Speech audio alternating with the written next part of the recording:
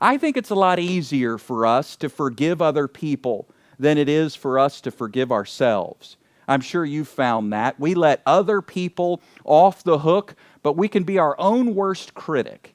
And the same thing happens with our acceptance. We might easily accept others and say, well, she has this shortcoming, but I accept her just as God accepts her. Or he has so many quirks and faults and difficulties, but yet God accepts him, and so will I. Well, we easily accept other people, but many times it's hard for us to accept ourselves. And I think Paul is basically telling us here, let's accept one another, but let's also remember how much God accepts us.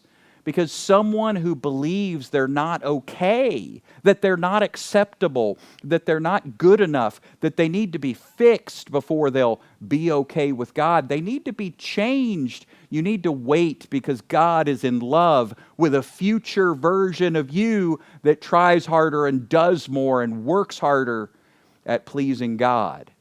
And sometimes we get that impression. With a lot of legalistic preaching, we might just get the impression that today, really, we don't stack up. We're not enough. God is not really for us. He's just interested in fixing us for a future day. But the reality is, right here, right now, as you are with your quirks and your hobbies and your interests and your sense of humor and everything that you call you, you are complete and you're holy and you're acceptable and you are enough. You're adequate in Christ.